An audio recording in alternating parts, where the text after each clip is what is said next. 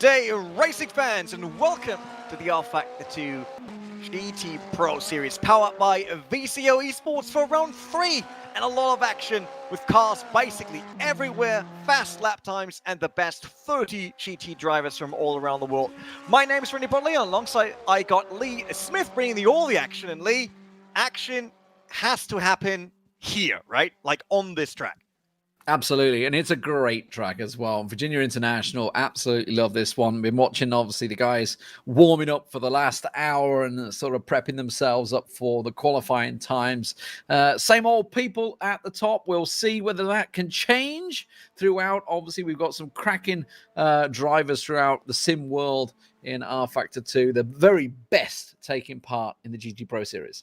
We are in round 3 out of 6 in this Season 2 Pro Series, and it's the usual format for everyone out there. It's 15-minute sprint race and a 45-minute feature race. There's a 15-minute qualification prior that's already running in the background, so we'll jump into that in just a second.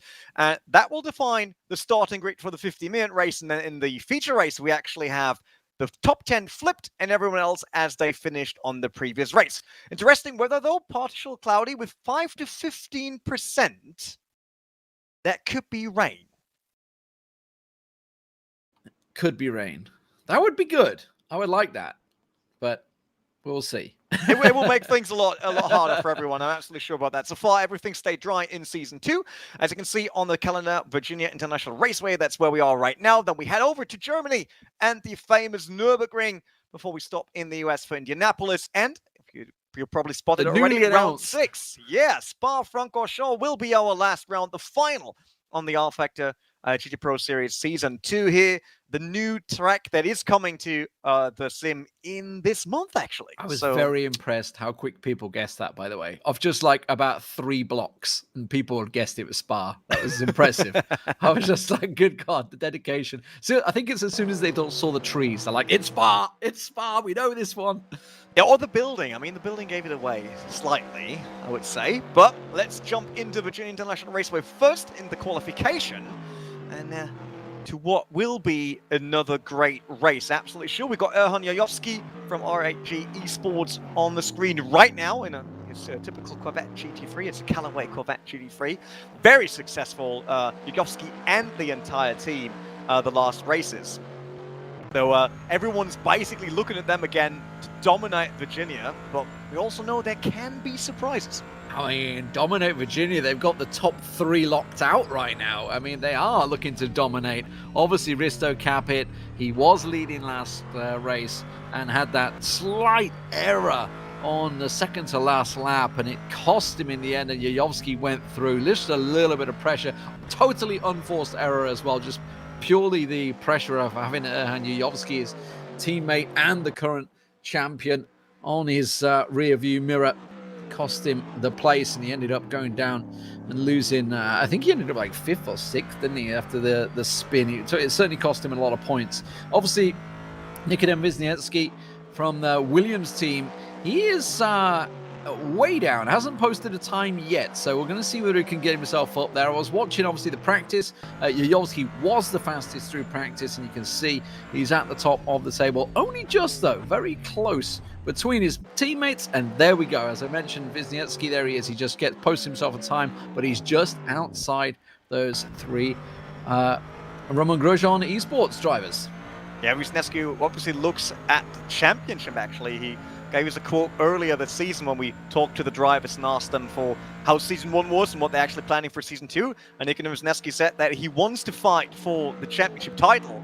He was very good in Season 1, and in Season 2 he said he wants to prepare more, work more towards race wins, because he got a bit unlucky, he says, and tries to grab the title this season. But it will be very hard, because you're right, the RHG Esports guys, they are super strong. They are able to support each other on the track, and with Jajovski, Capit, and Castor currently the top 3, it will be a monster challenge here for Wisniewski, for Williams Esports. Even if he qualifies the top 5, it's still hard to actually pass them. Simoncic on 5th. Journey Simoncic coming off a new grab title, basically. He just won the FSR The Race IndyCar Series, I think 1 day ago, 2 days ago, 1 day ago, and on Sunday. So Yep. He's come from a high here to Virginia, and I'm absolutely sure he wants to showcase a similar dominant performance as he did in the IndyCar Series. Speaking of new drivers and speaking to them, I can see Arisi and Kanistraki putting very good performances in. You can see they've just been bounced outside the top 10 as soon as the commentator curse kicks in. They were up there, but Brzezinski just posted himself a very nice time. Obviously, the other Williams driver with Mala posted himself a nice time. Nuno Pinto up there in 11th as well. There's a name I've not uttered in a couple of races. Obviously hasn't had that much performance. Alex Siebel just getting himself up in the 8th place, and Ferris Stanley in 7th. Ferris Stanley, the leader for a large portion of time in the previous race on Portland. On the main race, obviously after finishing 10th place, did flip him over. In the end, I think he finished down about 5th or 6th in the main race as well. But put up a good performance for Ferris Stanley. Great to see him doing that. Alex Siebel as well. In race number 1, actually had a very good performance alongside his teammate, but in the end couldn't quite hold on. He's just got himself a nice time in there, up in 8th place, and they are all separated by, well, around about 1 second. I can see it's about 1 second down to 24th, which is Chiara. So 1 second between 1st to 24th right now, separating the field. Yeah, we just saw Denis Kanistracci ending his run there. Was not happy with the time he would be able to post. He is driving for the Waveframe Esports team. They just had a huge race this week, like last weekend, the P1 Gaming 24 Hours of Nürburgring on rFactor 2, where unfortunately him and Lorenzo Arisi, they were leading the race for the majority of the time, and then they blew the engine of the Corvette later on at the famous Green Hell. And with that, lost the win there for Waveframe Esports. That was very unfortunate for them, but great performance from all of their drivers. So they have a very strong team. So is Hani Al-Sabti, who I kind of have the feeling Al-Sabti is not on the same page anymore as he was in season 1. But everything got a lot harder for him this season, and it seems like he's really struggling to get the performance out of the car like he was able in season 1. So he has to score some bigger points. We see a Sanja driver, Jan van der Heijden, now being strongest with 11th, and with Rivio being in 23rd, and we know that Jonas Rivio, he can really score big if he's in the mood for it, basically. Al-Sabti's just answered your criticism. 3rd place for him. I was about to say he actually missed the Portland race, didn't he? Which is actually costly because the drivers will have 1 race they can remove in terms of points throughout the season. Well, the fact that he missed the Portland race means he doesn't have that fallback option, so he absolutely has to deliver. He did deliver in the first race at Sebring. He got himself, I think it was 2nd place, wasn't he, overall? 35 points. He won the main race. So certainly delivered there. And of course, that means for the rest of the field, that Roman Grosjean have got, well, currently 4 out of the top 5 locked out with Al-Sabti back in action. This could be a very, very one-sided appearance. We had them, I think it was 3 or 4 adrift astride on the first race on Sebring. But look at this. Jimmy Nasula throwing a time in there and getting himself splitting the Roman Grosjean Esports boys. Yeah, with that also being Kevin Siggy out of the top 5 there, the Team Redline driver on the BMW, so the only BMW you see up front there. While we got Martin Dillon in the Ferrari 488 GT3, very sideways in that corner there on 21 so far, and not looking good. The Ferraris have been okay-ish, I would say, in Portland. And, important to notice is that we had a first season BOP, so of the 2 races we had the first BOP adjustment. So the Corvette's actually got a few more kilos, the same for the BMW. So the Corvette should struggle a bit more with straight line speed now during the race. The Porsche lost, I think, 10 kilograms. So they are now a bit lighter than they had been in the previous races, but on the other hand, they're still not looking super strong, I would say, or driver's not fast enough on him, because Peyo Path is in 24th right now on that Porsche. I'm currently not seeing where, speaking of Shara is, so he's probably behind that as well. Yeah, Shara in 26th, with Wojciech Polesny in another 488 on 29th. Nico Bartley, 28th for 1ACO. Arne Schunflid, we talked about him every single time that he's not in a Porsche anymore, and I kind of think that's very sad because he performed so well in Season 1 on it. And now in the Corvette, still doing good for Ajira Racing there with 9th position, still inside the top 10, and so is Rowan Panzer for Burst Esports. So that's the teammate of Simoncic on 5th. So they got 5th and 10th for them. Borja Milan coming across the line soon here. Got 2 green sectors for him while we approach the last 2.5 minutes of the qualification thing. He's actually going up to 25th. All right. It's a bit better than where he started. While Jan van der Heijden still tries to find his way back into the top 10 there. Yeah, and it's a pretty fast track overall. I'm interested to see where the main overtaking points will be. We're expecting them obviously down the back straight as they go into the roller coaster effectively, which is the little S bend down that back straight. Maybe we could see a couple of Hail Marys down the south bend or down towards the curve, the main curve, which is the oak tree curve way down the end. Whether we see any Hail Marys going for that, of course, if you to remember back to Portland, we were pretty much stuck to that one overtake point. There are a couple of chances. Maybe we'll get someone over the start-finish straight. I don't know, though. That's a bit of a risky one on the horseshoe, I feel. Yeah, if we remember the season 1 where we visited Virginia International Raceway for the very first time, yeah, we had these overtakes into the S's that you mentioned already, definitely. We had a lot of door-to-door and side-by-side action there, which was great. In the Oaktree corner, the issue there was people going in way too hot and then missing the braking point, touching the grass with just the rear tires, and then basically spinning off. We saw Kevin Siggy spinning off there in season 1, if I remember correctly, and a few other drivers. So while the track is very fast and floating, the issue is that you can lose control that easily. Like, you touch the grass somewhere, grip is gone, car spins off, and as you can see here now on the cockpit perspective of Erhan Jajovski, there's a lot of ground everywhere, right? It's not like Nordschleife where you have the walls right next to the track. There's so much space. If you spin out, you're basically lost. Well, we see Erhan Jajovski going sideways over that crest. Look at that beautiful. Well, he comes over that crest into the turn. Very spectacular, I would say. We even get that picture-in-picture, I think. That was I think no, it's not planned.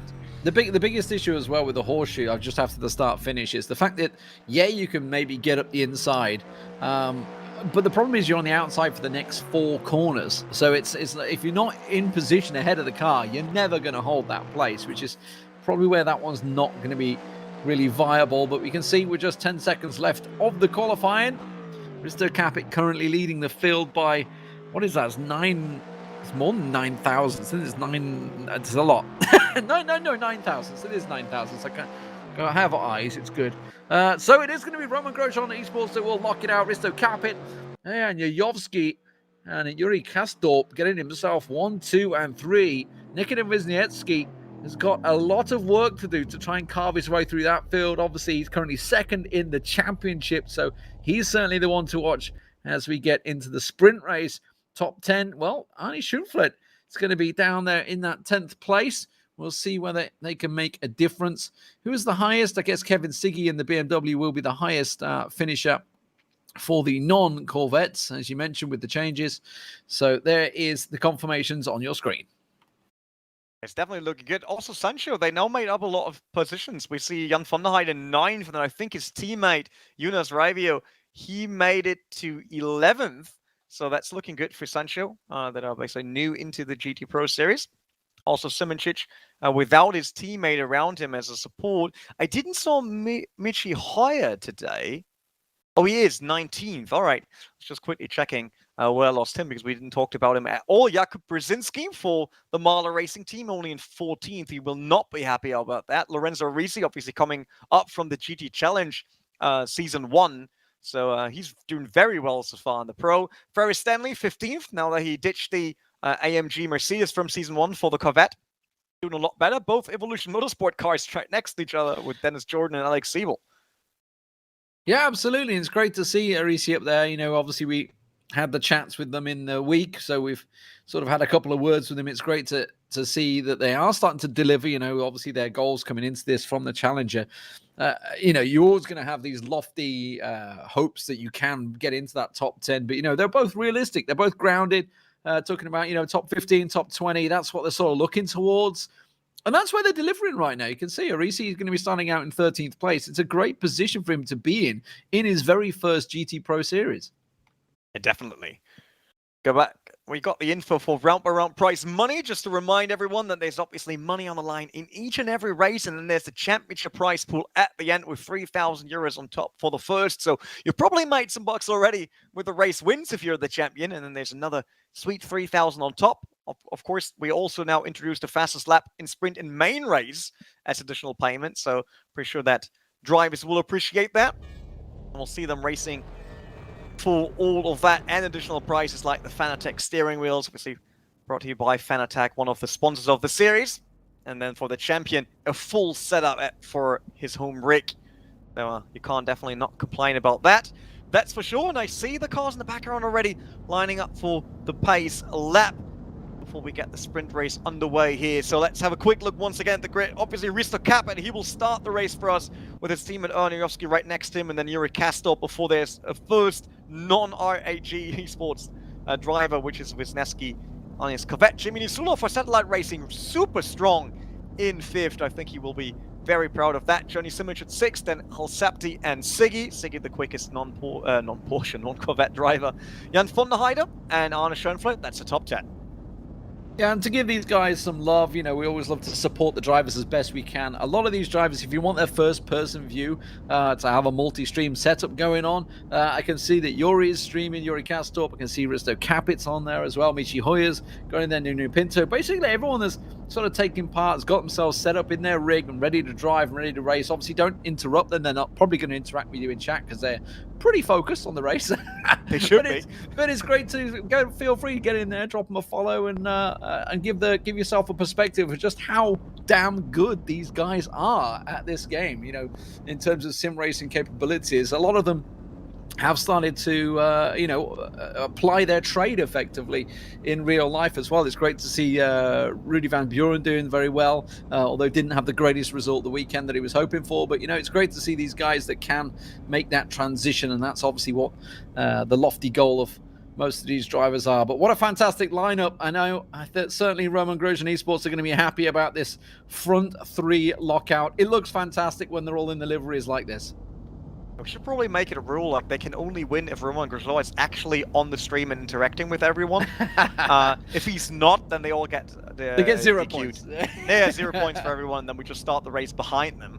I think that will be fine. But yeah, it is helpful having your teammates right next to you. Gets a lot of pressure off your shoulders, and I think that Capet and Kastor Jajovski, they will really appreciate having their own cars around them. But there's Nikitin Wisniewski. We know how aggressive and fast he can be, and he will definitely use every single chance he can get to move up some positions and maybe destroy the beautiful row of RHG Esports drivers up front. We should point out that these guys are all in the same channel together as well, so it's not like they're not communicating. There is very much chatter between them as if there's anything that needs to be said. I'm talking about the teams, the drivers, and it's like very clear, the big block of 4 drivers from Roman Grosjean up the front there. I think Al Sabti will be saying, guys, can you help me out back here?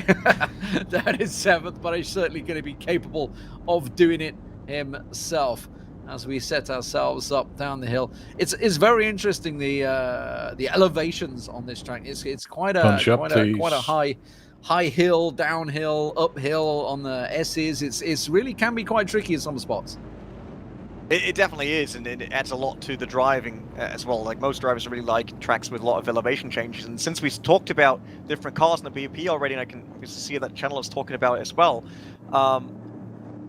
calling it symbolic, I think that's wrong with the BOP in general, because now that everyone is on a Corvette, you can't really balance it out until a non-Corvette driver is winning, right? I mean, we could just boost the BMW for that, or make the Porsche twice as quick. If you have the best drivers all sitting on a Corvette, then I guess we could make the Corvette as heavy as we want. We still have these guys leading, and so is Risto Kappa now starting the sprint race for us, going into turn 1 with all of his teammates right behind. There's a bit of bunching and going side by side. We can see that there, but it seems that Kappa had a beautiful launch off the line there for him, not being in any issues. Oh, look at that. Wisniewski is still in 4th. No, yeah, in 4th. So nothing to gain for him at all, but they bunched up really hard in the background. Yeah, this is through The S section, you can see it's going to be a little cheeky through the left hook as they're going to go down through the snake now, down towards the main area of the South Bend and then in towards the big oak tree curve. It looks fantastic when you see them going through the S's like that. Absolutely fantastic stuff, but no real positional changes. Went off. One of the Wayframe Esports cars went off in the background. Red going off. Yeah, and that is Wisniewski going side by side now against Yuri Kastov, if I saw that correctly. It was Yuri, yeah, Jimmy Nisula sitting right behind that, basically waiting for any of them to make a mistake and maybe making it around. And there's another car. This is a AAA Esports Corvette. Yeah, that is. So we see someone dropping through. Who was that? Is that... Simic is trying to put a move on Wisniewski. They are side by side. Wisniewski spun. He's spun. He just connected with Yuri Kastov. Oh, and he's connected Kastov. This is a disaster on the corner. It's down towards the oak tree as well. Once again, it's where we expected contact to be made, and it has worked badly for the two drivers. Jimmy Nisula will benefit from this. He moves up to third place. Yuni Simic in fourth place, and now Kevin Siggy in the BMW up to fifth. Yeah, Kevin Siggy will be very happy about that chance there to make some positions without fighting for them. But that was very unfortunate for Wisniewski. He said that he had some issues with that and getting into a lot of fights that he didn't want to get into in Season 1 because he always started further down the pack.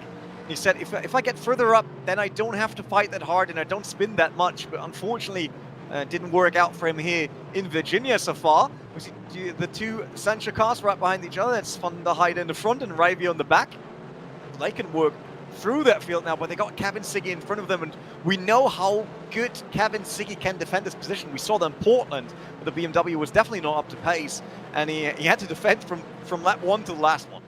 Yeah, Wisniewski went off a second time as well after that. So this is going to be the initial. This is Kevin Rotting. This is down with, is that Peo Pev that's alongside him there? I think he may have been.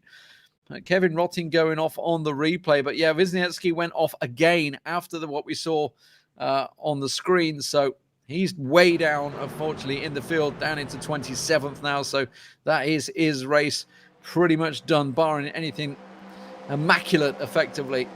So currently the leader, Risto Capit, with Erhan Jajovski still up behind him, as it was in Portland.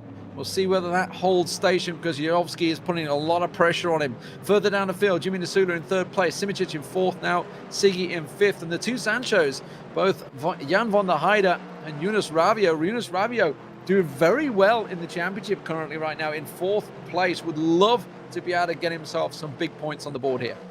Another car went off before the S's, saw that on a different camera. So it seems like it's interesting, like the front is a bit more spread, but back in the pack, we see this one here. That's Brzezinski against Dennis Jordan. So Evolution versus Mahler. And I think Dennis Jordan will have the upper end here. He got the insight for the next turn, but Michi Hoyer also wants to dive through that. Look at that. There was an opening, and Michi Hoyer wants to use it immediately, but he's not passing Brzezinski just yet. Maybe on the exit there. And then, oh, that's Payopaf getting involved as well there with the, one of the two Porsches that we have on the field. And it seems like Brzezinski is dropping down massively right now because the Porsche also passed him. You now see a AAA Corvette right behind the Mahler sim racing Corvette there. So Brzezinski in a lot of trouble.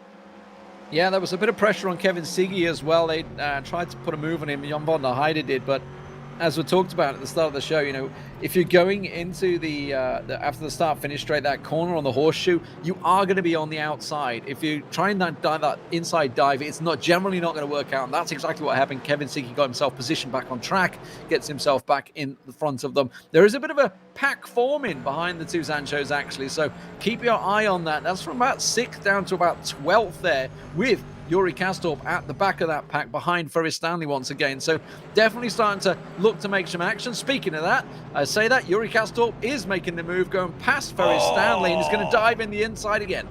The replay we just saw, that was the Wisniewski incident, and I have to say that was definitely not on Wisniewski. He was just there, and the Roman Grosor Corvette just cut into the inside of the corner and basically killed the Williams car. Very unfortunate for him. Still good for Capit and Jajovski, who are leading in front of Jimmy Nisula, who now doesn't have that Williams in front of him anymore. Kevin Siggy still in 5th, doing a lot better than in Portland, where he was under constant attacks there. It was really hard for him to keep the car in front. Simic still in 4th, hunting down Nisula, so it will be very interesting to see if the Burst Esports driver can apply some pressure there. And then it's the two Sancho cars, Alsapti, Arisi, and Castorp. So Lorenzo Arisi not up to 10th. That would be pole position for the main race if it stays like that for the remainder of the race.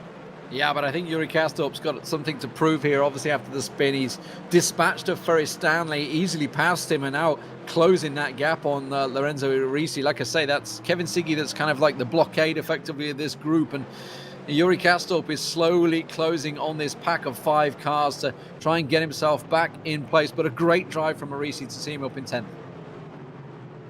Definitely showing why he's actually made the way into Pro from the GT Challenge Series. Obviously, GT Challenge, that's next week, Monday, with Aiden Millwood and Lewis McGlade. You can watch that. That are all the drivers in the feeder series that try to make the move into GT Pro for Season 3. So very interesting. Johnny Simichus, now all the slipstream available to him onto Jimmy Nisula, trying the inside. There will be the outside for the next corner, but he's getting the move done very early. No chance for him to close the gap on the inside, though, and still made it at the end of those S's. Amazing move here.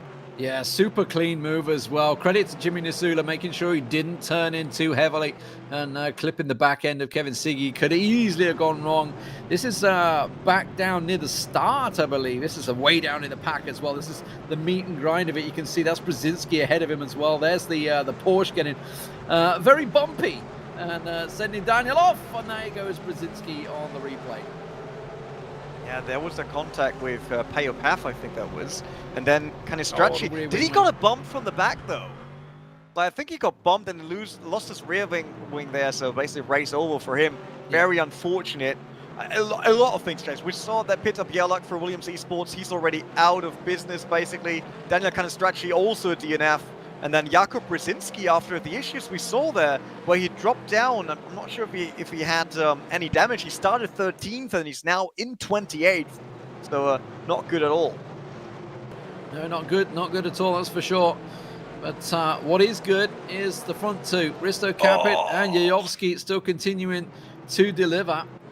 What was that replay you just saw there? That was Peter Bielak losing a tyre. Yes. And I wonder what was the contact there. I think he was involved with the with the other replay we just watched. He was all caught up in the same mess, effectively.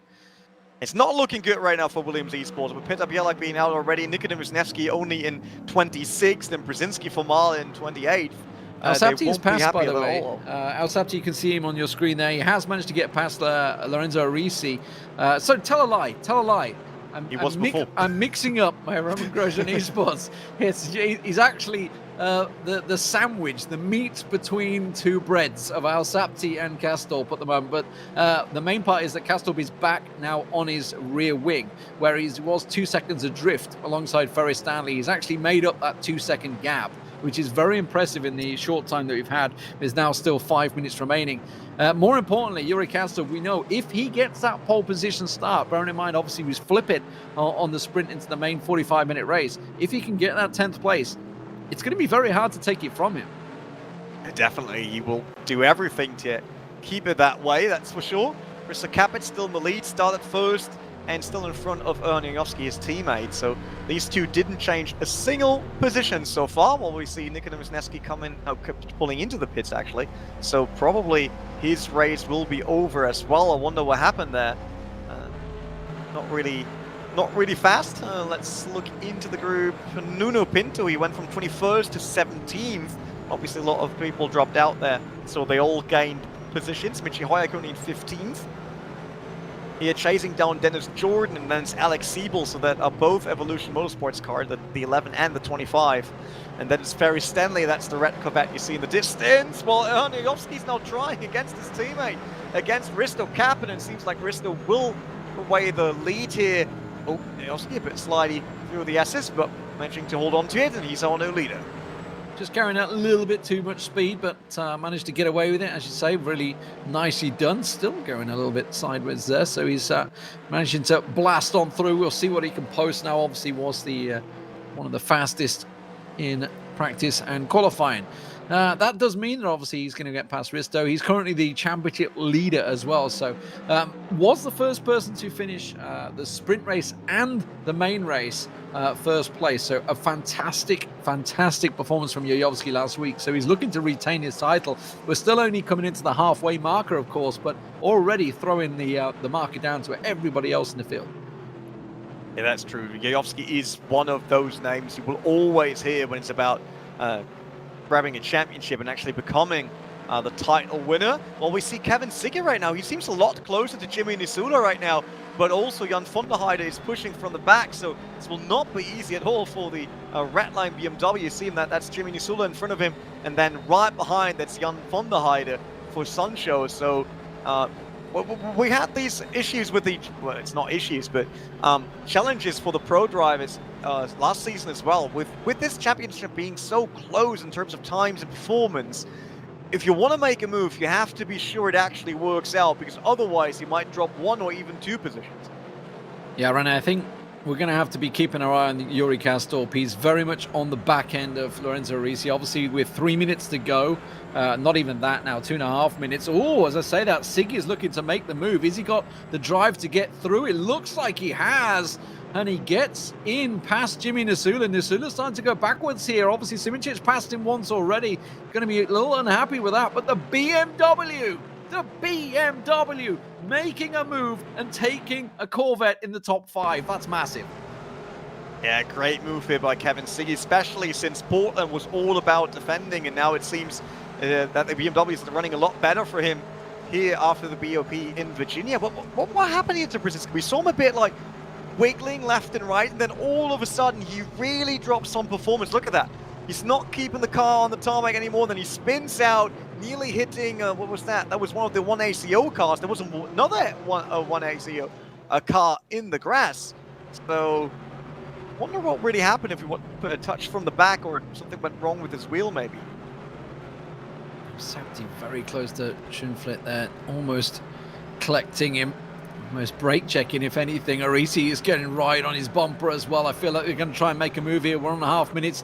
Arisi has a little look for Al Sabti to see if he can get by, but still through the S's. You can see Yuri closing.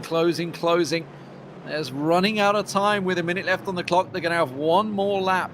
That's about all they're going to be giving us. Jajovski already down that main start-finish straight.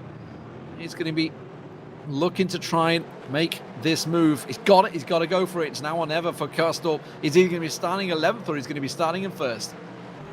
Definitely way better to get the pole position for the feature race, but won't be easy to get around Lorenzo Arisi, that's for sure. Especially, as I said, he just lost the win on the Nürburgring 24 Hours in P1 Gaming, and that's a good spot right there with the front. His teammate. Yeah, he's basically blocking him, and that opened the door for Kastorp, but Arisi still sticking to 10th position, not giving it away here. I love that one. It's like that's Arisi credit to couldn't Arisi. go anywhere. Yeah. Al Sabti basically almost blocking the brakes that he has to slow down and give up position, but no, he's just no, I will not. And just really great defensive racing from obviously the challenger that finished, I think he was 2nd or 3rd, wasn't he, in the series, in the challenger series, to get himself the promotion. No, Arisi. No, he's gone wide, and that's cost him the spot. Just as I give him the commentator's curse, it sends him down to 12th place. Just runs wide, and that puts Yuri up into 10th place. Yeah, also Ferris Stanley for HM Engineering went through, so that's why he's in 12th right now. Really, that for him, we see that here in the replay again. Oh, he just came in too hot. Yeah, that's the corner we talked about in the qualification. Like, if you're too hot there, you nearly always end in a spin. I mean, he kept it straight. That was a lot better than the guys who normally touch the rear tires on the grass there and then spin out, because that costs even more time. So him only dropping 2 positions, that's still fine, but the clock's out, so it's nearly done now. It's the last corners for the Sancho guys if they want to make a move around Jimmy Nisula, who currently is in 5th, and then both Sancho cars, Von der Heide and Rivia right behind them. Arne Schönflit is the car in the background. Obviously Arisi in 12th, nothing will happen there for him anymore. Probably with Ferris Stanley, it's also not easy to overcome that quickly. We see that Jan von der Heide already went for a move that enabled Jonas Rivia to actually close the gap a bit, but none of them could win or gain any position so far. Yeah, I don't think he's going to get past Nasula here. He's had his moment, he's had his chance, and obviously now with the leader, Jajovski, picking up the win, I think he's really got one little chance. They're going to get to the back straight. I don't think he's going to be able to do it. There we go.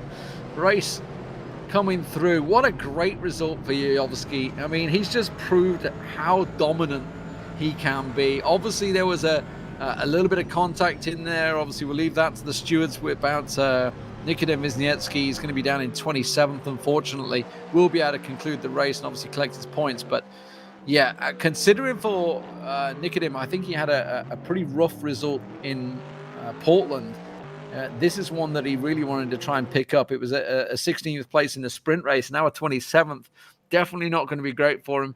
We'll see what he can do, whether he can turn it around in the main race. He has to. They all want to score some points. I mean, we're in round 3 out of 6, so not done yet. Interesting, though, with Jajovski and Kapin in 1 and 2, they will start 10th and 9th, while their teammates, Osapti and Castor, will now end with 1st and 2nd. So Roman Grosjean basically just switching positions with their own cars. Simoncic on the podium. That will be nice for him, that's for sure. Schoenfeld in 8th. You will be happy, especially with the 2 RAG Esports cars right behind him. Jimmy Nusula, unfortunately for him there, that he lost the position to Kevin Siggy, but Kevin Siggy once again showing that the BMW is capable of running inside the top 5 and that he's one of the top drivers to do so. So I really like that. Ferris Stelling 11th, Lorenzo Risi, we saw that, the mistake that cost him the pole position in the main race, very unfortunate. And then the 2 Evolution Motorsport cars with Siebel and Jordan. So still plenty of overtaking. It's good to see, you know, good performances. Ferris Stanley there from HM Engineering in 11th place, just missing the cut-off, of course. Lorenzo Risi, I feel for him. He was coming in on the second to last lap, it was, where he made that mistake after defending so well against the 2 Romain Grosjean Esports drivers. Postage between the 2, and unfortunately, it does mean it's not the end of the world. He's starting 12th place in the main race. You know, he's still certainly going to be able to make up places. He's going to have Ferris Stanley and then Erhan Jajovski just ahead of him. So if you can ride on the coattails of Jajovski, maybe you can see his way through there as Jajovski looking to do a repeat of what happened in Portland. Started out in that 10th place after winning the sprint race and managed to work his way through the field and pick up the victory as well. Risto Capit, of course, will be alongside him just as he was in Portland. Well, we get a quick look at the Marlin and Williams Racing cars that we have. And they had a horrible sprint race here in Virginia International Raceway. We saw it there. It's like second to last, 26th, I think, for Wisniewski and Brzezinski. So not where they want to be at all, especially now that they have the support of Peter Bierlach for this season. Interesting that they all drive a different livery, though. So Bierlach is in the purple one, then you've got Wisniewski in front in the classic white and blue, and then the Mahler Racing livery for Jakub Brzezinski. A team that showed a lot of performance already in Season 1, and Asset Wisniewski was actually aiming for the title here in Season 2, but if he wants to keep that dream alive, then he has to be a lot stronger than what he showed us in the sprint race. Except we're now switching over to the 45-minute main race with the top 10 flipped. And it's still partial cloudy with a chance of rain. So we'll see if that actually comes in at one point or if everything stays dry. And especially if it starts raining, then the real question is, did any of them prepare for that? Because with a 45-minute race, it's not the same as the long endurance races that many of these guys run, the big major events, where you basically have a plan for whatever happens and a setup for whatever happens. But in the Pro Series, and with how tight it is, the car needs to run fast in dry because you want to make sure with the dry qualification that we ran here that you stay up front. Yeah, I think it's more like Dumb and Dumber type of chance of rain, though, more than anything. It's like, you're saying there's a chance. 5%. I think we're going to have a nice dry evening once again here. In terms of championship, let's have a look. Let's see how this is going to shake out, because we talked about, obviously, the fact that Hani Al-Sabti was down in 5th place, obviously. Didn't have the greatest finish. I think it was 8th or 9th in the end there, wasn't he? So a little bit adrift from the field. It does give a really big chance once again for Yuri to Oh, I would say close the gap on Erhan Jajovski, but he's not going to close the gap because Erhan posted better result again. But it does mean that Yuri's most likely going to move up into second place in the championship if you can post a good result here in obviously the main 45-minute race, which is what he's going to be looking towards. And also, we got to give credit to Kevin Siggy. What a great performance. Obviously, yes, the BOP has had this change. It's worked out well. You know, he stuck it out with the BMW. We know he can qualify. We know he can get these great times. We saw it in Portland. He posted a great result, was basically defending for the 45 minutes of the race and just trying to hold position. But now he's in a position where he's actually able to put challenges onto these Corvettes, getting himself into that fourth place finish. A fantastic drive from a guy that was challenging for the championship last season. It will be interesting to see what he can do in the remainder of this season. I mean, there's still 3 races to come, and one of them is Nürburgring, so a track that most of these guys ran plenty of times. Obviously, it's the GP track, not Nordschleife, not the Green Hell. And then we've got Indianapolis, one of the classic tracks in rFactor 2, before we head to a brand new one, which will be Spa-Francorchamps, releasing in November. So that's a new clean slate for everyone, even though probably everyone already drove that track at one point in their career. Everybody knows that track. It's not like it's something. What is this new track? I've never heard of this Belgium thing. What's that? No, it won't be like that, but still, it will be a new track in rFactor 2. So first of all, it's great to see the first screenshots on social medias. There should be a trailer following soon, showing the first moving pictures of it. So it will be very interesting to who will become the very first winner on an official competition on that track. Even though that won't be the first one, 21st of December. I think there is an official event right before that, actually. So people have plenty of experience then already. Something that I think is going forward in the future, I'm talking, you know, and we talked about this when you drove me around the Nürburgring. It's just how the elevations is hard to put across in a game as it is in a car. You know, the feel under your seat as you go up this big hill and then over the ridge and drop down. It's like these are the sort of feels that we've got to work on. You know that everybody's sitting in these racing rigs all comfy. We want some sort of pneumatics in there to start giving people the lifts effectively. I know you can get these new fancy pneumatic ones, but let's be realistic. Nobody's got space for that in their house.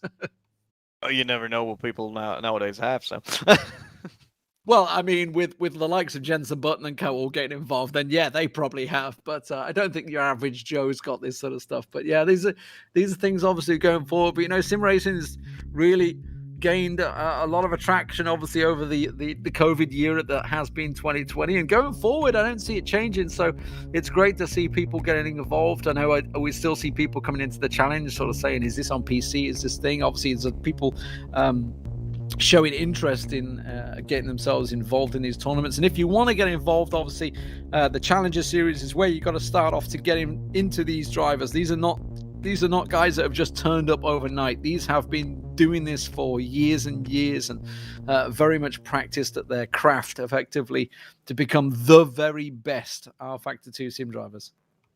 And they prove that each and every week, basically, in the Pro Series. While we had a quick look once again at the highlight points of the racetrack here at Virginia, where we expect most of the overtaking. And I think the sprint race already proved that these are exactly the turns where drivers can make a move and maybe find a way around their opponent. And the main race, this will be even more crucial, especially for Risto Capet and Erhan Jajovski. Oh, it's not Capet. Was it Capet in second? And now mix all of the RAG drivers up. It was Jajovski winning. It was Risto, yes. It was Risto Capet, yeah, in second place. So Yuri Kastrup will be starting on pole because of the 10th place. The Kastrup and Kastrup and El Sapti now up front. So once again, RAG cars at the front, and I see Risto Capet using his wipers already, and I think there is some water on his windshield. Ooh, I'm not joking. I'm not joking. I see there was water, but that was in the warm-up session, so let's see what's happening. I would be really surprised, though, if we get rain in the main race, then that's a complete new chance for everyone. basically. So that won't be easy. I mean, we've got drying lines, so we've got enough cars on the track, and they all run similar lines. So it should dry out quickly if it's just a bit of rain. But still, it might catch some of these guys off guard. Absolutely. I mean, there's me saying it'd be a 0% chance, and now just foot in mouth effectively. We'll see whether it works out. They did just lay some track down, lay some rubber down on the track, so obviously here, we will get themselves set the grid and then set themselves up on the grid. So which is why we've had this slightly more extended delay than we would in between, obviously the race, the sprint race and the main race. Main race should actually start soon, but let's have a quick look once again at one of the other teams involved here, the Waveframe Esports team with Lorenzo Risi and Daniel Canestracci. Sat also big team in the world of endurance racing of rFactor 2.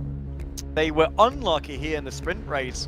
I mean, Risi was unlucky losing the 10th position right before the end, so not starting on pole. Canestracci had a spin earlier in the sprint race, so he's also not very far up the front in the grid for this race, but it is a team that has a lot of potential coming through with the GT Challenge series as powered by VCO in Season 2 so they have been there in Season 1, they're now coming into Pro in Season 2, one of the teams that made the way up, and it's great to see them being here and showing that they deserve to be on Pro level. So I'm just very happy with that we don't have anyone moving up from Pro that totally is off pace right now, and that really shows that the system currently works.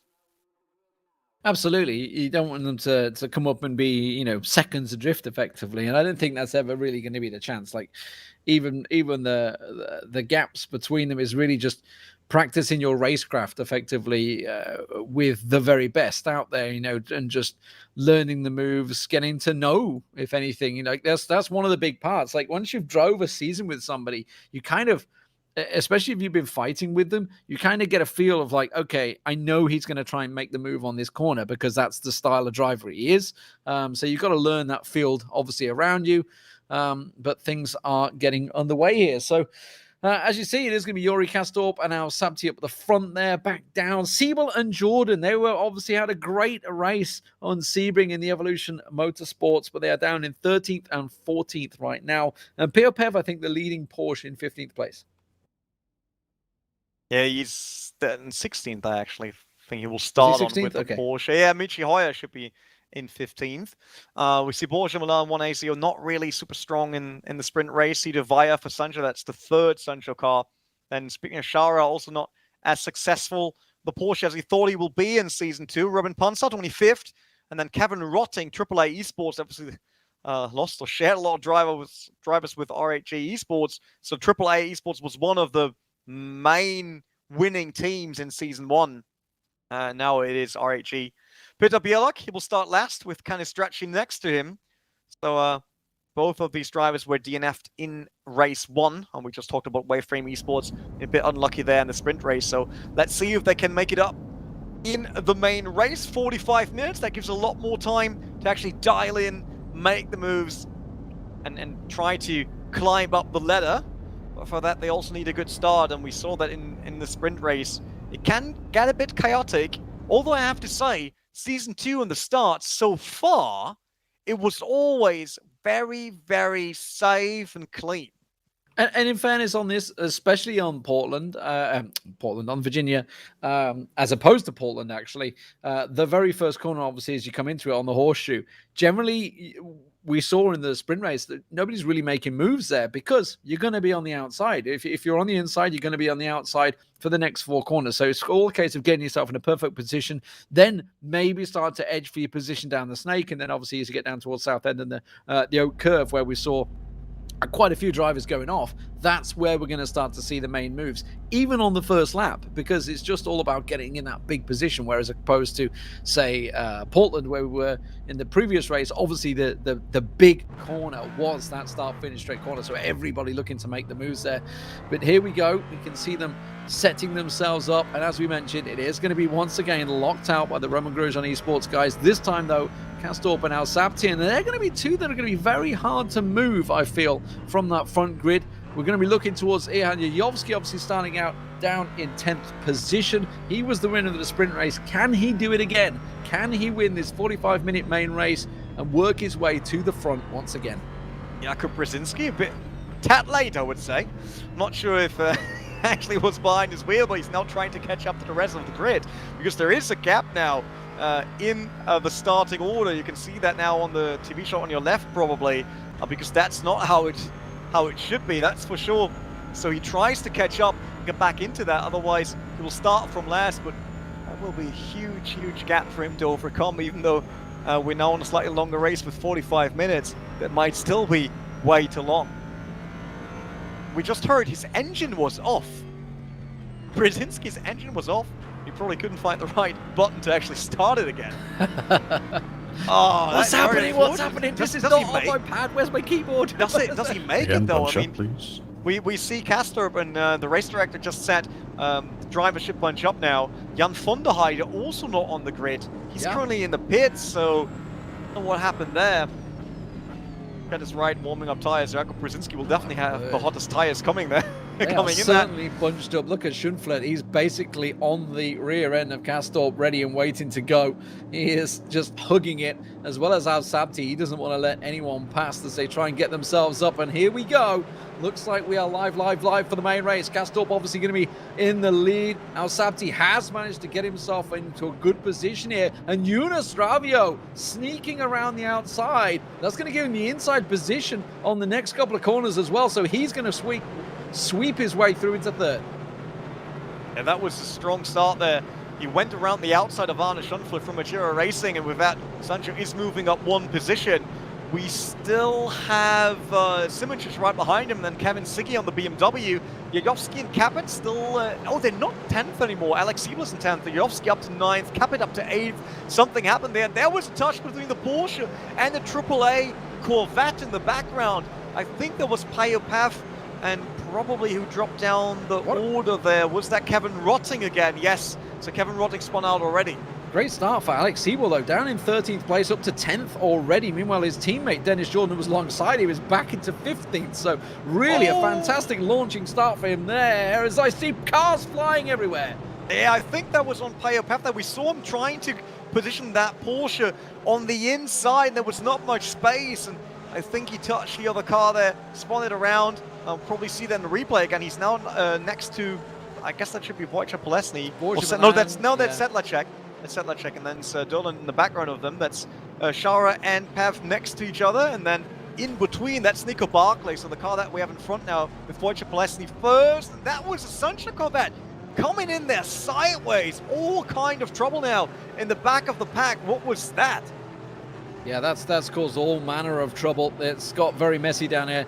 Unfortunately, Daniel Castracci, I get his name right one of these days, has also got caught up within that. Peter Briliak as well. They've all been involved within the rear end action. Hasn't gone well for them. Meanwhile, I can see Nikodem Wisniewski's also gone and out, unfortunately. So a bad race for him, it seems, today.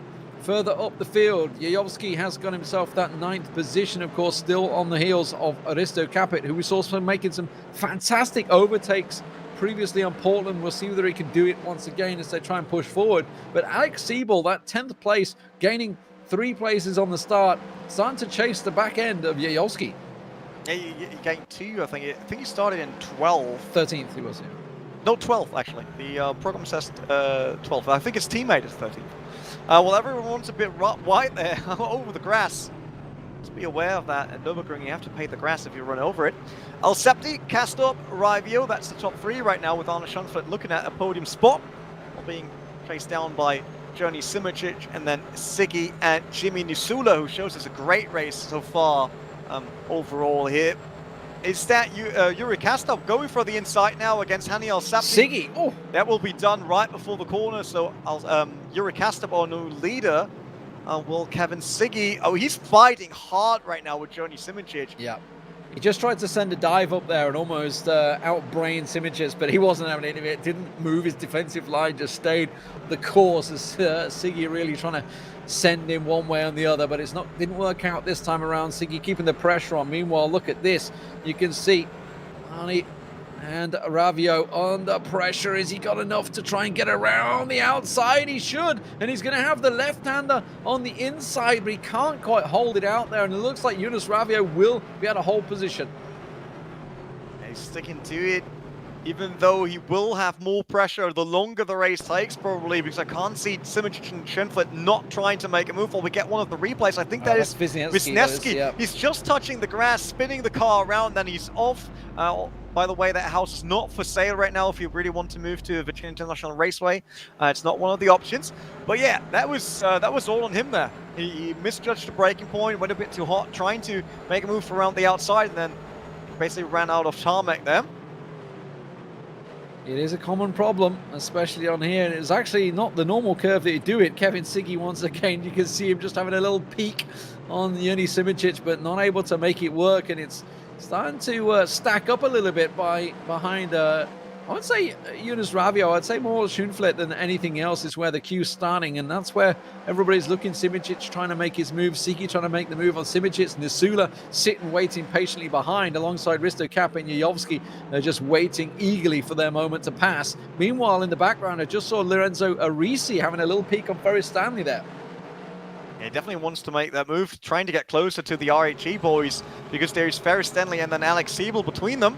We get a replay of Payo Path. That is probably Nico Barkley in front of him. That's what I meant there. That's not going to work, is it? He was looking for the gap there, but there wasn't a gap, and then the one ACO car just basically got shot off into the corner there. No chance for, I think it was Nico Barkley actually. No, it was Borja Milan, because he DNF'd afterwards. So Borja Milan, the teammate of Nico Barkley. I blame the race manager for that one.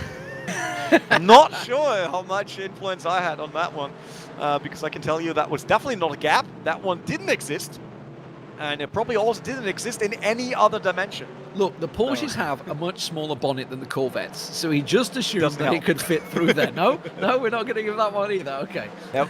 I'm really sorry. I have to blame my own driver for that one, because it's definitely on him there. He tried to make a run, and he was quicker. He tried to make to move the car anywhere where there was space, but was blocked there already. And then oh no, Nisula, Jimmy Nisula spun out. Just a complete driver error there, and that sends him out and spinning, and that's going to force him out. He was running in 7th place at the time, and that puts obviously the rest of the field up there. Siggy and Capit and Jajovski all gaining from that one. That just looked like he simply maybe just put a tire on the grass. I couldn't see. He was just definitely sent to complete driver error. There's no one near him. It's a shame, really, because he was running well. Yeah, Jimmy Nisula really did a good job so far, until now, basically. Also, I see that Nuno Pinto from AAA Esports is listed as a DNF, so it's not really a very strong season for him so far. Started in 17th, and unfortunately is now in 27th listed after that DNF. It's probably the AAA car we saw being involved in the crash. Here's the replay. Here we go. Let's have a look at this. Okay, this is previously. Let's see the Via versus, I think that's Canestracci, or, yeah, that's Canestracci. Oh, he just runs in the back of one of the Porsches. They've just collected both Porsches, yeah. Wow, they challenged each other into the braking zone there, and it seems like both forgot that at one point you have to brake. There's no other option. So, wow, that was, I'm surprised about that one, I have to say, because they really overshot that completely, and then using both Porsches, that was Shara and Pef, as braking blocks, basically. Yeah, it's like that was very hard. I wonder if the Porsche had just been so slow due to the fight in front of them. There was a Ferrari and the Corvette fighting in front, so I wonder if they basically bunched up like crazy, and with that, the Corvettes were a bit too hot there. Yeah, definitely. Way too hot. I don't really know what was going on with that one. That's a little hard to understand. I'll have to speak to the driver. Oh, Simicic just having a little peek there. Sorry, Schoenfeld having a little peek on Yunus Ravio. Simicic was looking to try and take advantage. Didn't work out for him, though. Alex Siebel obviously up into 9th because of the spin that came with Jimmy Nisula, but still down in 16th, by the way, still running, so he's managed to get a grip of it. There is some really big runoffs here, luckily. And speaking of, Schoenfeld is still continuing to try and get on through. He should be able to have position here. He's on the inside, and Arnie has managed to make it work, trying to retake that position. Back on Ravio, no, they connect, turning in didn't really have a position to turn in there onto Ravio, and that sends Arnie off the track. And Ravio will hold position, but Simicic is right on his back end. Kevin Siggy's looking to make the move. Actually, Siggy is blocking. Simicic could not move to take over Ravio because Siggy was in the way. And now they're 3 adrift into the corner. That's not really how it's going to work. They do manage to get out cleanly somehow. Kevin Siggy trying to get around the outside of Yuri Simicic. He will have the inside drive right now, and he's made the move stick. Kevin Siggy up to 4th. And that's exactly what we talked about earlier. Like, if you make a move and it goes wrong, then all of a sudden you find yourself in a lot of trouble. And that was Jonas Ravio against, who was involved there before? Arne Schönfleth. And due to them connecting and losing a lot of pace, it was Simicic and Kevin Siggy all of a sudden getting involved there as well. And Kevin Siggy coming out on top against Simicic. That is a very, very strong move. And now Simicic has Capet and Jajovski full picture in his rear view mirror. You see that there, like both RAG cars are right behind him, so he will probably get busy the next laps when on board with Kevin Siggy, who's looking at Jonas Ravio. They're going very wide there because they have to get all the way to the curb there to get the momentum throughout that turn. Or we get the replay again. That is Arne Schönfleth versus Jonas Ravio. And we see, oh, he went over the grass there and tried to get back into the inside again. But Jonas Ravio was already there. He can't become invisible all of a sudden. And with that, Arne Schönfleth now down to, let's check that real quick. Oh, he dropped a lot. He dropped to 18th now. Yeah, it really sent him down. Unfortunately, it didn't work out so well for him. It's actually running even lower than that. I think he may well be a goner. We'll see whether he manages to pull things back. Meanwhile, Kevin Siggy keeping the pressure onto Jonas Ravio now. He wants the challenge for the podium. See if he can get himself into that top 3. Obviously, we do see the 2 front runners of Yuri Kastorp and Al Sabti. Al Sabti actually putting a bit of pressure onto Yuri as well there. But you see Jonas Ravio with Siggy on his back door. Simicic, and don't forget, just behind them, watching it all play out. Risto Kappa and Jajovski quietly going about their business with 33 minutes to go. Yeah, they definitely want to make a move, and they got plenty of time for that. I'm just really surprised compared to Portland. It takes them a lot longer now to get through the pack and back into the top 5. I mean, if we compare that to the previous races, then normally they would be around top 5 right now, and they aren't, right? Because they're 6th and 7th. That is somehow close, but they happen a lot higher previously on the races. While we see how Nisula ended his very good run up at the front with a driver error there. Bring your attention to the 2 Ferraris. They're having a great old battle, 12th and 13th place. Said the second Martin Drillen having a cracking old duel right now with Dennis Jordan hot on their heels. So they're both battling for obviously trying to chase down the top 10. Speaking of the top 10, Lorenzo and Arisi and Michi Hoya, obviously 2 challengers, also fighting for that position. But those Ferraris having a great old battle, and Martin Drillen's going to try and send it. Don't think he's really going to have position here, but he's going to be able to get it past. Is he going to get past before the corner? Yes, he will. That was clean. A very good move here by Martin Dillon for Journalese Esports, taking the Vargas Sim Racing car piloted by Sedlacek here. And I think Dennis Jordan also got a lot closer due to that. Look, that's the blue and white Corvette in the background. He might have a chance soon to try to get involved in that Ferrari fight right in front of him. See Cedar Vaya, the other Sentra car, started 22nd, currently in 26th, which is last due to the DNFs of Pinto, Manan, Wisniewski, and Jan von der Heide. So Sentra down 1 car already and 1 car further back. Jonas Ravio 3rd for them though, and he's struggling to keep position against Kevin Siggy. I just saw a different camera there. He's feeling a lot of pressure right now. And Alsepti and Kastorp still running away. That's a huge gap for them already, 4 seconds. Yeah, massive gap. They're basically having their own little race right now as they continue on. Actually, a lot of pressure on Yuri Kastorp to hold station there because Alsepti wants the points, don't forget. Has got a bit of making up to do because don't forget he's got nothing to throw away. He obviously missed the Portland race, so he needs to try and get maximum points here in the main race. 35 points is what he wants. Ferry Stanley still running well in the HM Engineering, up in 9th place now, all hot on the heels of Alex Siebel with Lorenzo Arisi on his tail. Michi Hoya gaining ground as well, back on there, looking to get into that top 10 along with obviously the 2 Ferraris which we just saw a moment ago. Oh, Kevin Siggy on the inside of Jonas Ravio right now before the S's, so that is a chance here. Yeah, once again, getting the move done before they actually finish the braking there. Nicely done by the Team Redline driver, sending Sancho down the order. So no podium for them right now. It will be all RNG Esports and Redline.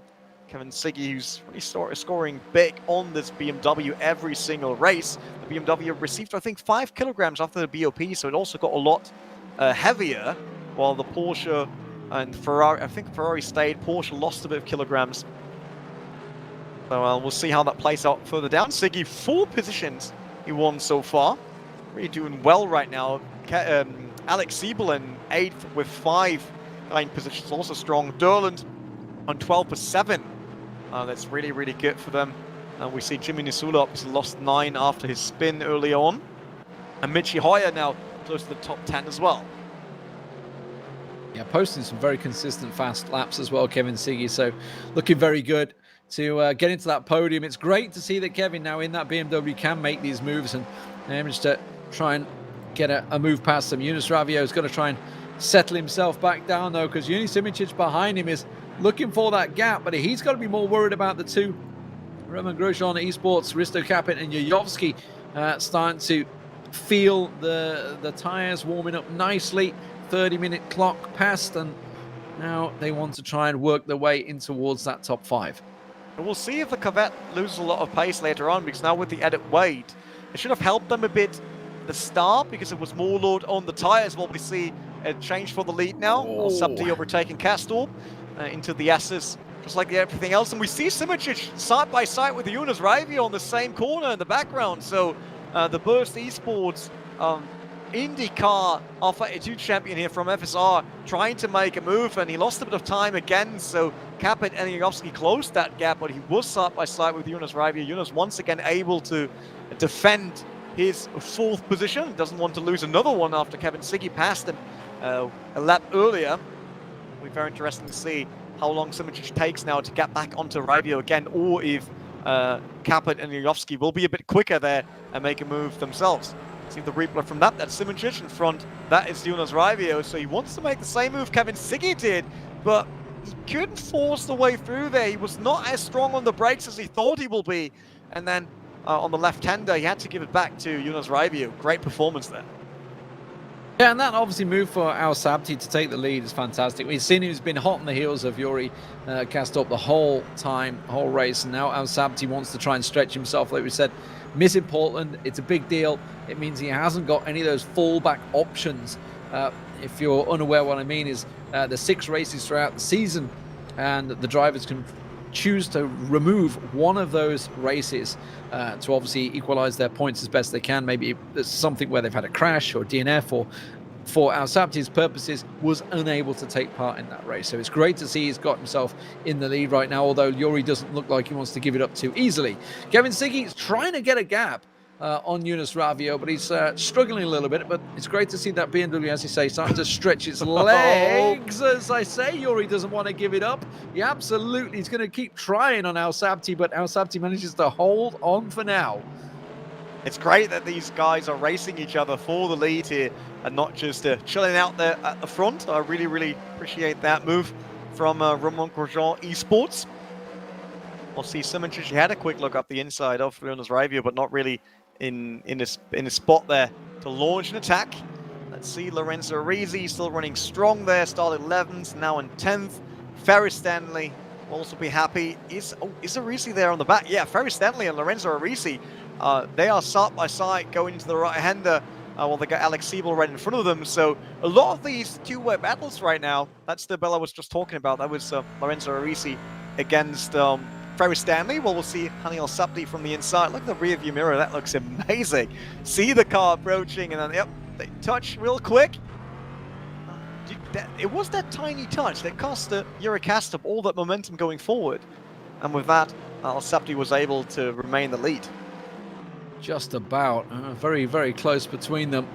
Simic continued to chase on Ravio with Risto Capit and Jajovski hot on his heels. He was a little bit closer a moment ago, but Risto has managed to gain himself a bit of ground. Speaking of gaining ground, the man on your screen, Kevin Siggy, has got himself a second gap now to Yunus Ravio, the man he passed just a few laps ago. So really setting a charge on. Has he got enough, though, to chase down the two Corvettes in the front of Yuri, who has just passed once again Al Sabti, and this time he makes it stick. Another lead change between these two teammates. It's still 25 minutes, guys. Like, if you want to do an overtime now each and every lap, then it will be a very exhausting race for you guys, I can tell you that.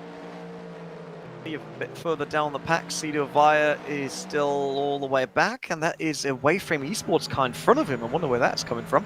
Well, we'll see the replay again. Cast up against Al Sabti. Same old backstretch, basically, they're using for that. See how he did? Oh, yeah, very clean. Get it done before the corner, and this time they're not going side by side, not risking it again. Yeah, I don't think that it's not worth it, right? They're both in first and second. It's 35, 30 points, so it's still great points. There's no point connecting with one another, especially when it was such a clean move as well. It's like there's no way you're going to defend that other than literally steering across in front of him. So just straight to give it up. You've got 30 minutes still to go, or 25 minutes still to go. So you've still got another chance at retaking that position. It does mean that Kevin Siggy, while he's battle, is trying to chase them, but they're actually gaining in lead, despite the fact they're racing each other. So just shows how fast those two drivers are going. It does mean, of course, that Risto Cap and Jajovski still yet to make any ground. Yuni Simicic is doing very well to actually keep himself well away from them and keep the pressure on Yunus Ravio in that Zancho in 4th place. I wonder if, like, is it just me, or did it got a lot darker on the track?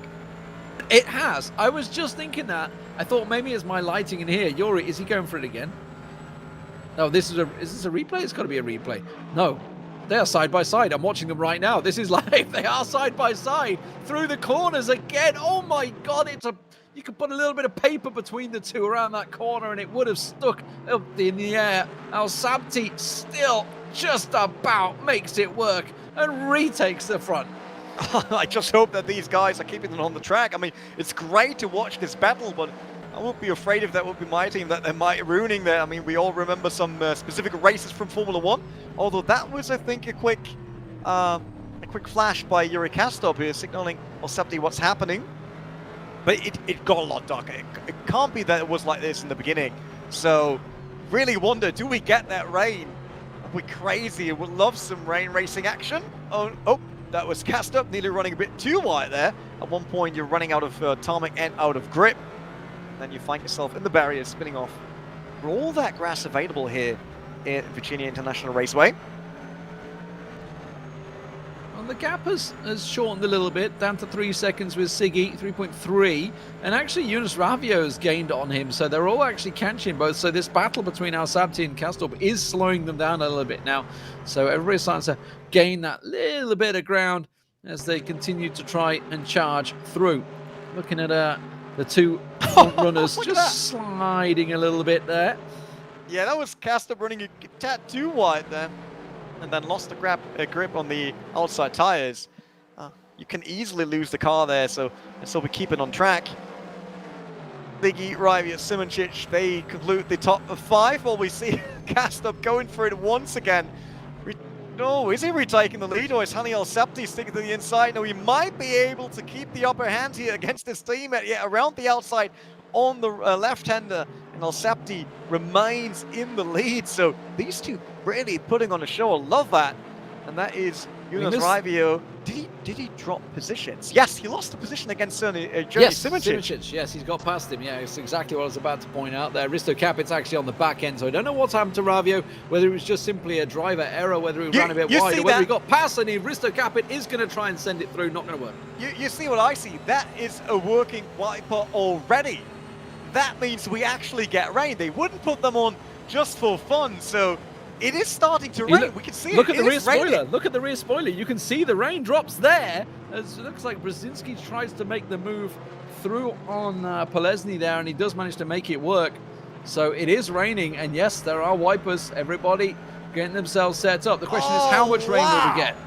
How much? This will be crazy. It's like, yeah, how wet will the track get? And who finds the right balance now between pushing enough because they still have the grip, or pushing too much because they're not adapted yet to the new grip level. So it will be very interesting to see that right now, especially in the spider between Al Sabti and Kastorp.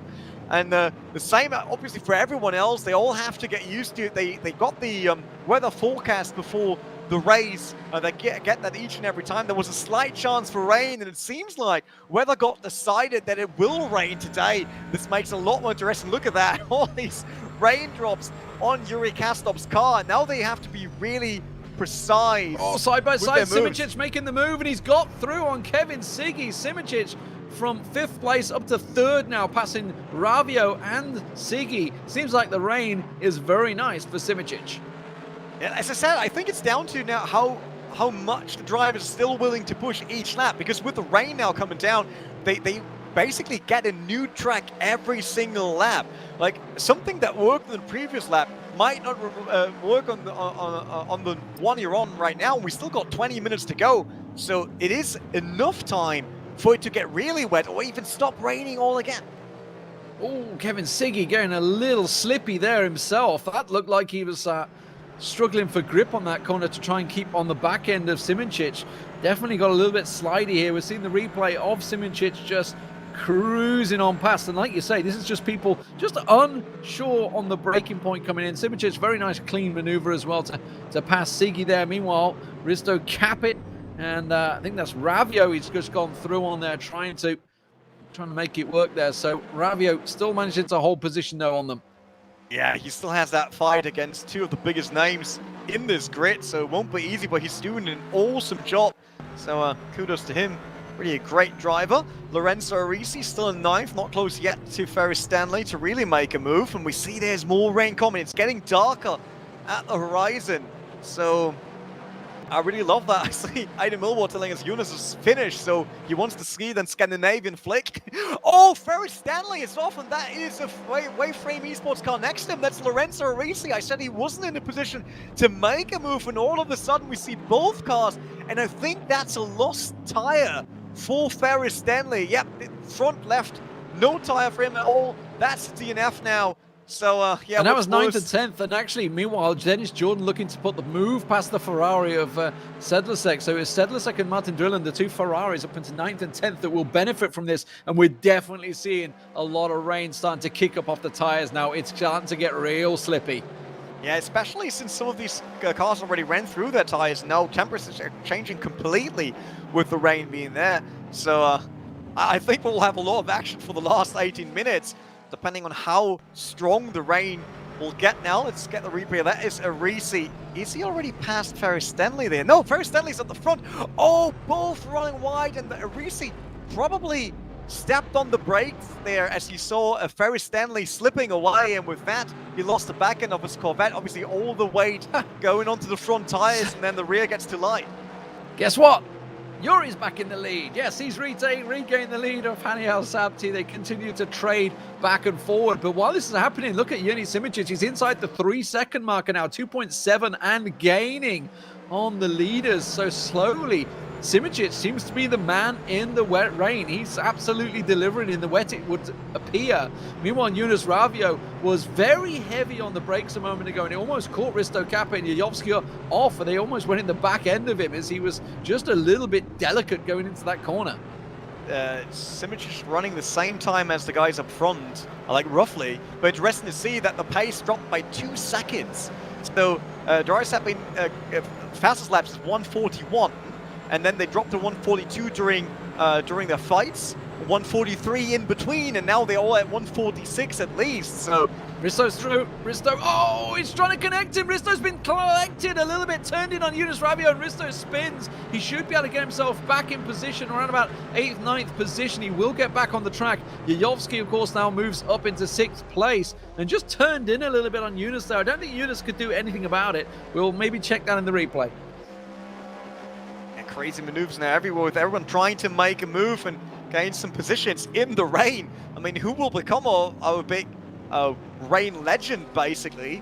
Let's see, further down the pack, we see Lorenzo Arisi. Yeah, he's currently in the pits, repairing after that incident with Ferris Stanley. Last on the grid is currently Shara. Cap it off the track again. Cap it off the track again, back down to 9th, and I think Sedlasek should be able to pass him in 10th as well, but now Risto, yeah, just getting a little bit too slidey now. I mean, obviously, no one wants to come in for rain tires because that costs a lot of time, and you can run slicks on a tarmac like that. It's still warm enough, and as long as the tarmac doesn't get too wet, they still somehow work if you're not running offline, because we can see that the line is slightly drier than the rest of the track, obviously, with all the cars running around there. But rain has stopped, as we can see with here the front end on Al Sabti's hood. So it seems like everyone got lucky there with just a bit of rain, but it changed a lot. Yeah, it did. Jajovski actually drifting a little bit wide on that corner as well. So Ravio is safe for now. Siebel actually gaining some ground on the pair as he runs wide. Let's have a look at this. What's this replay showing us? I think we're just coming out of the replay, actually. It's Michi Hoyer hot on the heels of Dennis Jordan. This is down in 11th and 12th right now, as Dennis Jordan starting to defend from them. He's on the back of the Ferraris as well, but it looks like Michi Hoyer is going to make the move stick here. Nope, just eases off on the back. Doesn't want to go too hot, especially with the track as slick as it is right now. Yeah, I mean, it stopped raining, but as you can see, it's still wet offline because no one drove there yet. So if you want to make a move, you have to be aware of the changing grip conditions of the ideal lines. It will be very interesting to see how much that still impacts. And we see Jakub Brzezinski sliding a bit, so it is still slippery. By the way, Jimmy Nusula is now up to 13th again after the spin, so it's definitely moving in the right direction. Yeah, it's the right direction, that's for sure.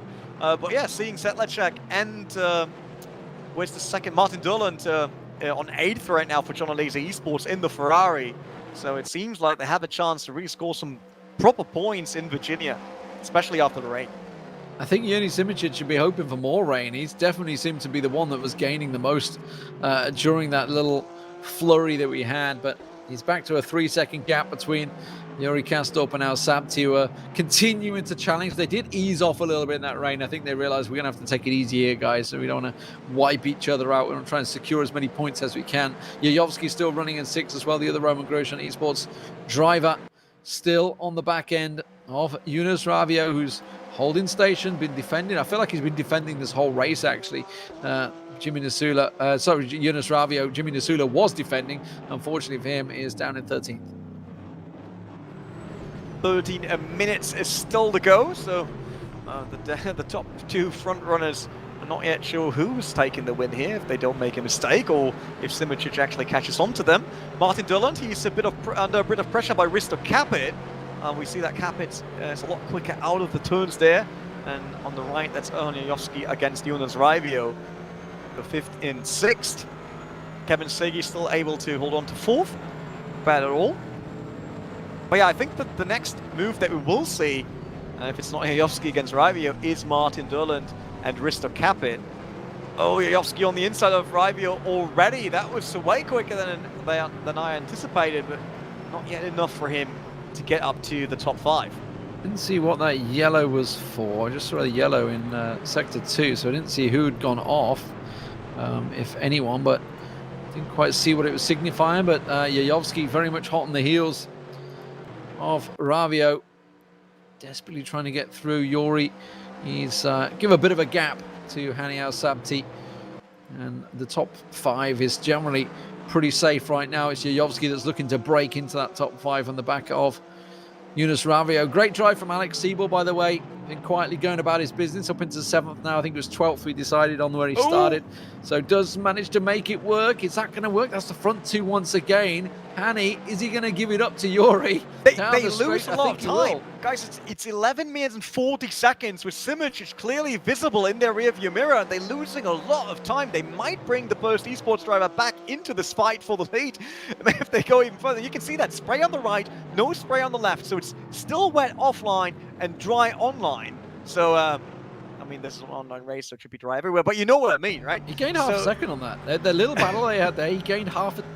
He did, yeah. It's crazy. And we also have another DNF by the way. Kevin Rotting is out. Jajovski goes through on Yunus Ravio, so he's managed to make the move stick. He's up into the top 5 now. I think we may be seeing the replay of the front 2 runners here. This is Al Sabti and Yuri Kastorp having their little battle. It is crazy that these guys are still fighting for it. I love that there are no team orders at all. It's really amazing to watch. By the way, that car that you saw in the background, that is Payopaf on 21st, because everyone on from 22nd is down a lap.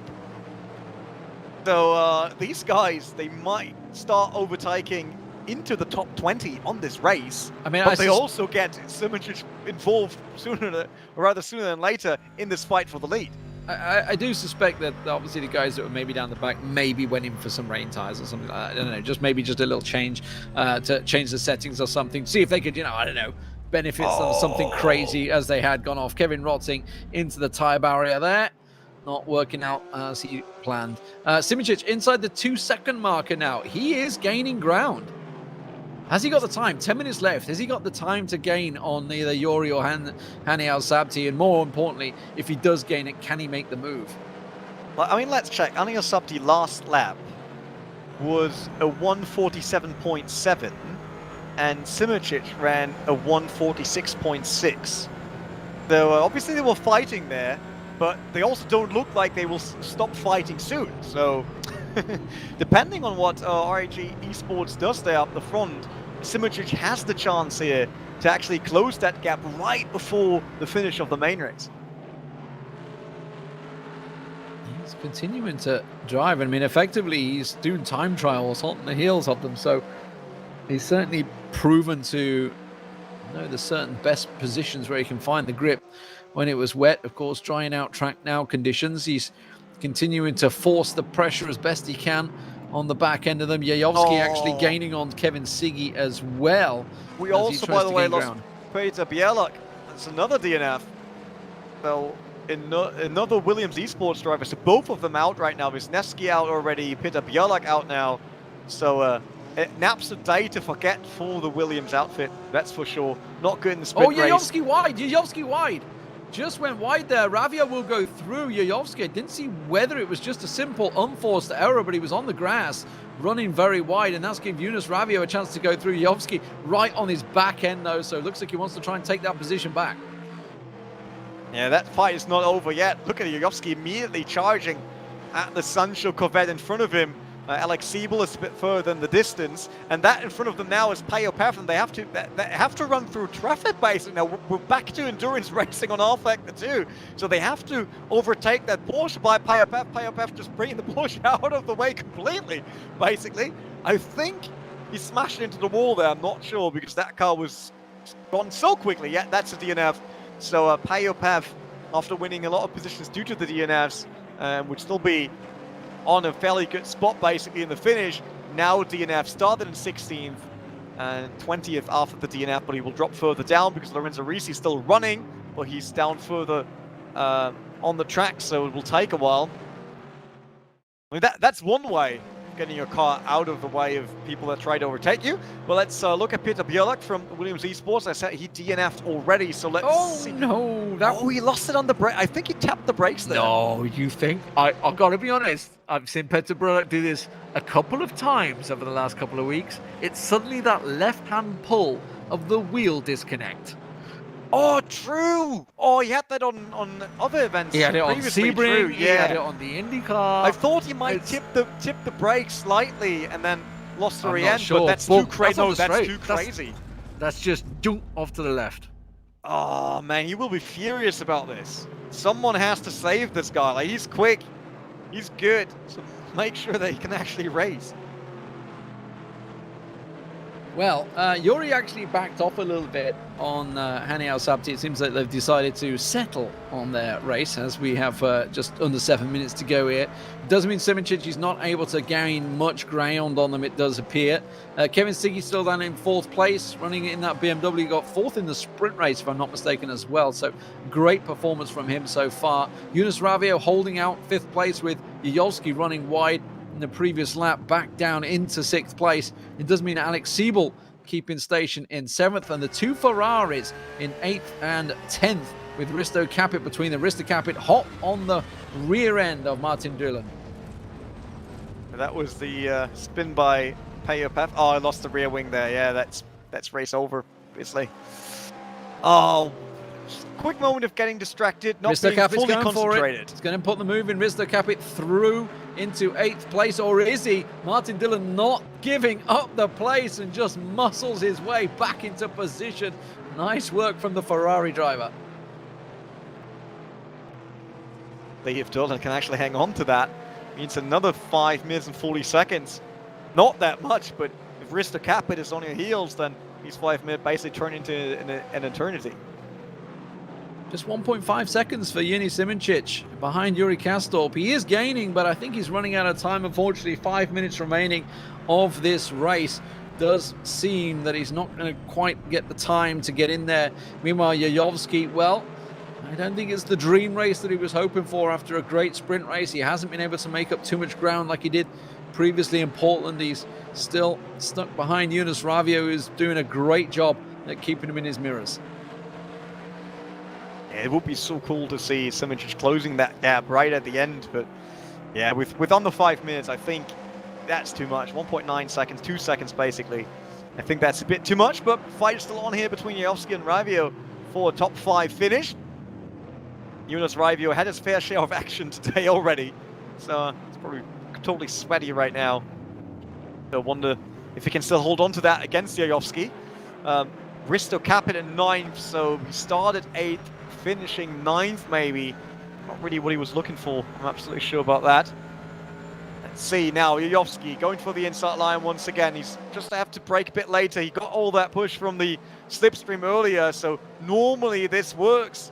And yep, Ravio has to step back. No chance for him to stay side by side for the entry. And also Capit, same moment, same corner against Martin Dillon, and the John Alesi Ferrari drops down a position to 9th. Yeah, not a lot he could do about that move. And now with 4 minutes to go, we just have a couple of laps remaining. Yuri Kastorp still trailing behind Hani Al-Sabti. Is he going to try and make one more move? We've seen them taking over each other about 20 times throughout this race, it feels like. And we're like, if they do, if they go for it, Yuni Simoncic now 1.3 seconds off the back of them with 4 minutes remaining. He's gaining, but I don't think he's got the time. It is not enough. I mean, he can see them, and it will be so tempting for him to really push and try everything to close that gap.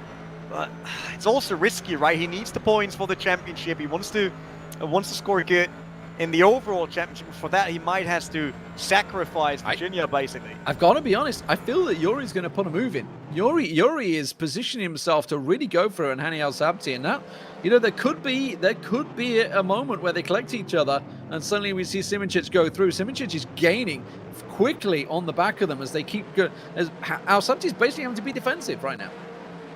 Yeah, he has to. It will be very interesting to see. It's 2 minutes 50 seconds. Let's quickly check. Kevin Siggy still in 5th, in 4th. Jajovski in 5th. He's going for there's the move by Kastorp, yep. And that will be an easy one. Yeah, Hani Al-Sabti basically opening it up there and letting his teammate through. But once again, it seems like they lost a bit of time. I think Simoncic is a bit closer than before. So just a second between them now. Ravio with 3 minutes. Also passed Erhan Jajovski again. So Zanjo back in the top 5. Very nicely, then Jajovski's going to be chomping at the bit about that one. And now Sabti, he's going to be kicking himself. Is he going to try and make the move? 2 minutes remaining as we have had just about everything in this race. The rain coming out for the first time in the GT Pro Series and really putting the cat amongst the pigeons, it were. Let's have a quick look at this replay. This is Yunus Ravio putting the move, and it's Jajovski once again going wide, running wide. Doesn't seem to be able to find the grip, and that's going to be a simple pass, I think, feel for Ravio here, as Jajovski is relatively defenseless. Meanwhile, Simoncic, he's still a second adrift, but he's closing on Al-Sabti. Oh yeah, Al-Sabti did a mistake out of the previous corner there, lost a bit of time again, so Simoncic is coming closer. He's creeping into the fight for the lead here in the very last minute, maybe. And I wonder if Jajovski maybe has ate through his tires early on with all the moves he had to make to actually make it that far. And he's still trying to close up to Yunus Ravio again. Maybe get some wide. There we go. Yeah, that's opening the fight for the lead now. It's the last minute, and Simoncic finally getting involved. Yuri Kastorp first, then Hani Al-Sabti, and that is the view from first Esports driver Simoncic and he will have a shot at the lead for sure. Look at that, using all that slipstream, trying to get close to this, trying to make move around. They want to go 3 wide, but there's no space for Simic. Blocked by the wall of RAG Esports cars right in front of him, but they are under pressure right now. All of a sudden, these two teammates had fought for nearly 45 minutes. They have someone joining the party here with Simic. We got one more lap. They're going to go over the line right now. We're going to have one more lap. And you could see it. There's a side slide coming in there. And Simic, you could see him just for a brief moment. He's like, I could go around the outside of them. I could do this. And then it's like, no, okay, let's be realistic. Let's try and keep our brain here. But he's right on the back of Yuri Kastorp right now as Hani Al-Sabti manages to regain the lead once again. And it looks like in this one final lap, he's going to have a chance to make the move. And he's got to make sure he's on the back of them as they get to the S-bend. That's where the move's been coming from, down that back straight. That's where it seems to work best. There is a small chance before the Oak corner, but I don't think he's going to be able to have enough. It looks like he's a little adrift from them right now. Also, Jajovski made it around Ravio. Yeah, that's it. That's the move here. Jonas Ravio losing 5th position again to Jajovski, so that is an ongoing battle. So, clock ran out, that's it. Battle for first is still on though. Simic a bit further away than he was hoping for because he needs that slipstream. He has to close that gap, and he's doing really well on the braking here. Look at that. Amazing by Simic, but then out of the corner, he's not close enough. There's no slipstream for everyone. This will not be enough to make any move into the S's. He's got to hope that Kastorp tries to make a move and there's some sort of error comes out, but I think Simic is realizing it's not going to work out. Yuri Kastorp's going to make the move. Is it going to work for them? They connect! Oh, they touch! Oh, my word! Simic is pushing on through. He's got himself into 2nd place. Yuri Kastorp will run wide. Then Simic gains from it. You knew they were going to make that move. The error comes through, and Yerny Simic benefits massively from it. It's going to be Hani Al-Sabti that will take the win here, but what a drive. And unfortunately for Yuri Kastorp, it sends him down, tumbling into 6th place, and it moves obviously up in the field. And more importantly, the BMW with Kevin Siggy gets onto the podium as well. Wow, what a finish. Look at that. These two teammates were giving it to each other the entire race, and then this last touch, that sends Kastorp into a drift, and there's no chance for him to recover from that. With that, Simic through, Siggy through, Jajovski and Ravio through, so Jonas Ravio back in the top 5, and Yuri Kastorp, instead of being 2nd or 1st, only in 6th. And wasn't it Kastorp also in Portland losing the win there? So that will be his 2nd race in a row where he had the chance to climb the top spot and ended up, with a different position.